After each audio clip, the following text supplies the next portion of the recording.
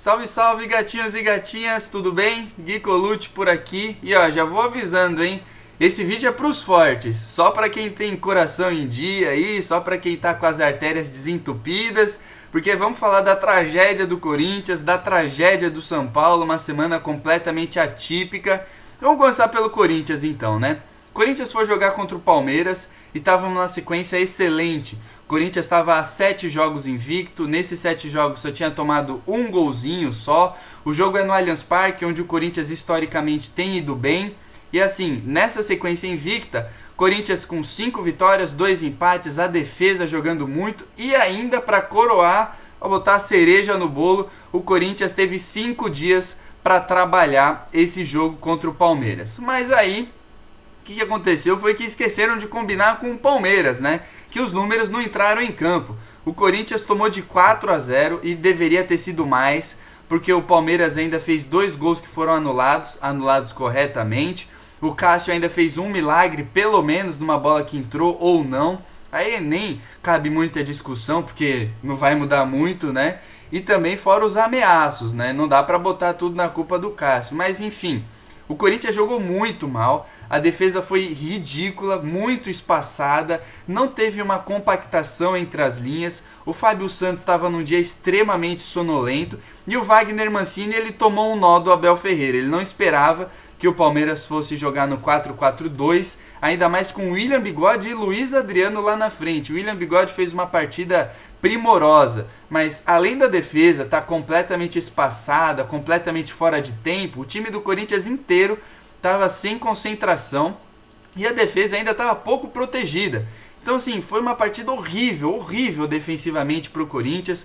O Palmeiras conseguiu dominar o meio-campo e com as movimentações do meio-campo, com a posse de bola e com a defesa espaçada, o Palmeiras produziu muito, mas produziu muito mesmo. Poderia ter sido 6, 7. O Palmeiras deu uma tirada no pé e ainda teve expulsão pelo lado do Corinthians. Então assim, foi bem ruim mesmo. O meio-campo do Corinthians foi inoperante. O ataque do Corinthians foi ridiculamente dominado pela defesa do Palmeiras. Então assim, é uma partida para o torcedor corintiano lembrar de quando ele já esteve na lama. É uma partida para o torcedor corintiano esquecer a todo custo. Tanto é que teve tanta repercussão assim, porque olha, para acontecer isso de novo vão 10 anos aí, viu? Porque não é todo dia que acontece uma partida tão ruim assim.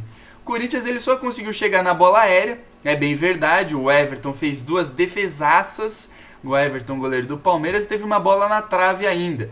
E um chute ou outro de fora da área, mas assim, bem ruim mesmo, o caldo engrossou pro lado do Corinthians, o Palmeiras jogou muita bola. E aí vem aquela pergunta, né? E aí, Guizão, você manteria o Mancini?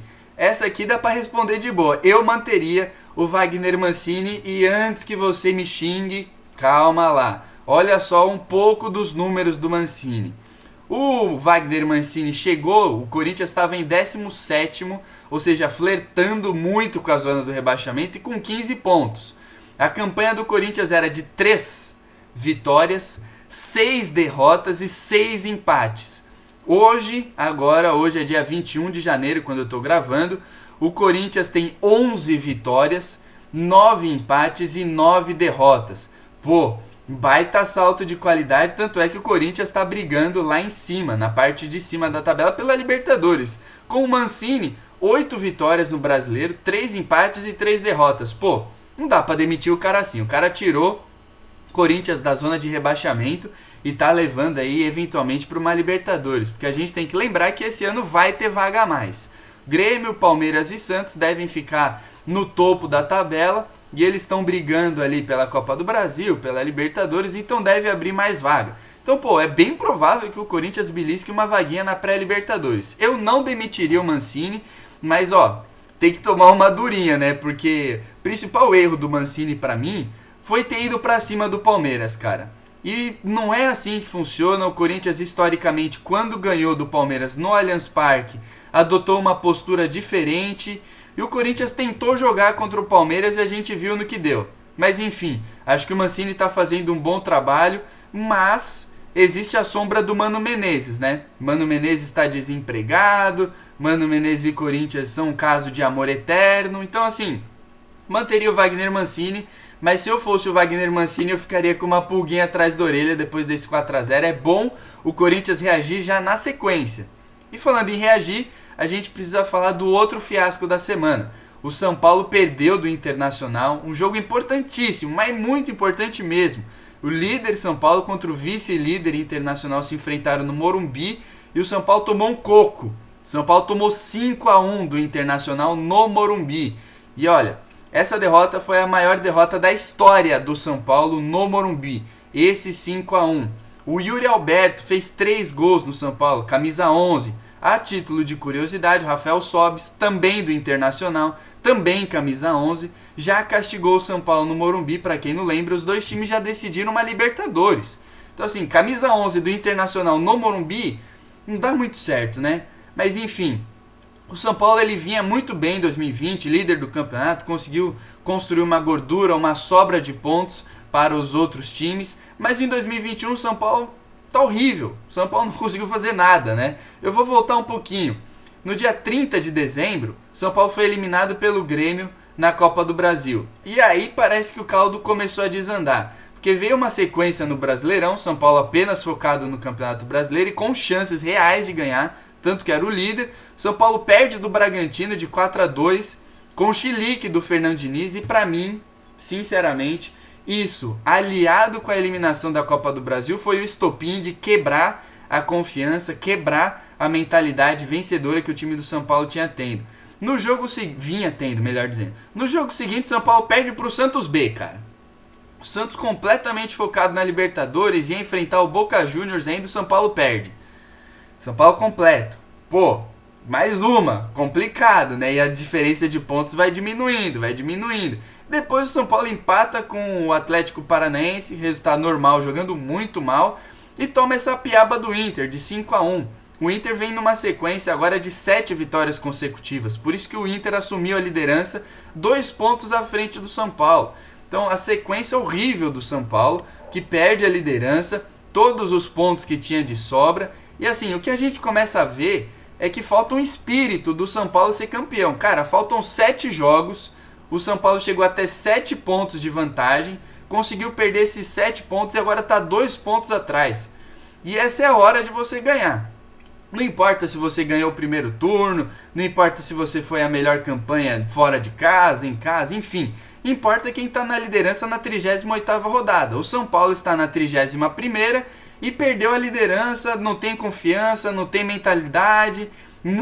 Mas muito mesmo. Muito complicada a situação do São Paulo. O desempenho do tricolor a gente já sabe. É uma montanha russa. Tem jogo que joga muito bem, tem jogo que joga muito mal. Mas assim, os resultados eles estavam vindo. E agora nem isso mais está dando certo. O São Paulo não é um time mais que consegue resultados.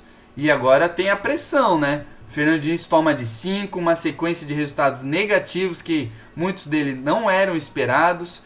Tá faltando pouco tempo para terminar o campeonato. O São Paulo estava com a faca na mão, faltava só o queijo para conseguir realmente ganhar o caneco e tá deixando escapar, velho.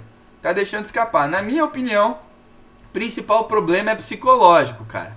O São Paulo não tá com a mentalidade de ser campeão, não tá com a confiança, não tem essa de, tá faltando perna. Cara, pelo amor de Deus. A gente viu, acabamos de falar do Corinthians perdendo pro Palmeiras de 4-0. E o Abel Ferreira não tá poupando, tá jogando com o time na Brasileiro, na Libertadores e na Copa do Brasil. Então não pode ser desculpa pro São Paulo tá faltando perna. Pra mim tá faltando confiança, tá faltando mentalidade. E ó, o Grêmio deu a receita. Essa é a verdade. O Grêmio deu a receita de como ganhar do São Paulo. E os outros times que estão ganhando do São Paulo estão seguindo essa mesma receita. E outra, o momento individual do São Paulo é ruim. O Luciano tá aqui, né? Top. Jogando muito, conseguindo ser decisivo. Mas o Brenner caiu de rendimento. Daniel Alves despencou de rendimento. Então assim, Gabriel Sara não tá sendo mais tão importante. Igor Gomes tem ido até pro banco, cara. Então, muitos fatores acontecendo ao mesmo tempo que parecem que estão convergindo para o São Paulo continuar na fila e não ser campeão. Então assim, muita calma nessa hora. O São Paulo pode retomar a liderança na próxima rodada, porque vai jogar contra o Coritiba, o Inter joga um Grenal. muito complicada a situação de São Paulo, viu? Não sei não, mas eu já achava que o São Paulo era campeão. Deixo claro aqui. Mas não sei mais não, viu? O negócio tá complicado. Em números, o São Paulo tem um ataque e a defesa top 5. Terceiro melhor ataque do campeonato, a quarta melhor defesa. Em números tá ótimo. Mas desempenho, resultado não tá dando mais certo. O retorno do São Paulo não é positivo. No retorno, o São Paulo somou 20 pontos. 6 vitórias, 2 empates e 4 derrotas. O retorno do São Paulo tava show até virar o ano, começar 2021. E aí a grande pergunta que não quer calar, né? Eu demito Fernando Diniz ou não demito? Sinceramente, olha, é muito difícil responder isso, porque é aquela coisa. Pra mim, o principal argumento de demitir o Fernando Diniz é aquela coisa. Geralmente, quando você demite o cara, o técnico novo consegue alguns resultados, consegue alguns pontos, e talvez isso seja necessário pro São Paulo ser campeão, né? Mas eu não demitiria, não. Sinceramente, vai com o Diniz até o final, porque é uma nova diretoria, né?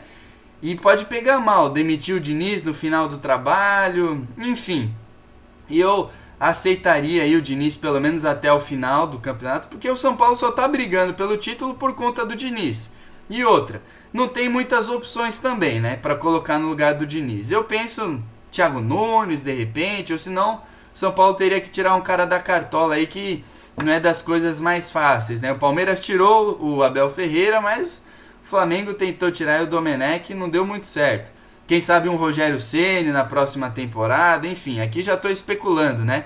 Mas eu manteria o Fernando Diniz, por mais que esse argumento de troca de técnico, o time dá uma embaladinha, seja muito forte e pudesse dar certo, na minha opinião. Eu até demorei para gravar esse vídeo para ver se o Diniz ia ser demitido ou não. Tá tendo reunião lá, a gente não sabe direito se vão demitir ou não o Diniz. Por enquanto, estou gravando esse vídeo com o Diniz no cargo, né? Vamos ver se ele vai continuar assim. Pessoal, espero que vocês tenham gostado. Muito obrigado mesmo para quem continua até aqui, ó. Deixa o seu joinha, deixa o seu gostei, vou ficar muito feliz. Se inscreva no canal, ative o sininho, deixe o seu comentário. Vai me deixar muito feliz, a gente troca uma ideia. Valeu? Grande beijo, grande abraço, tchau!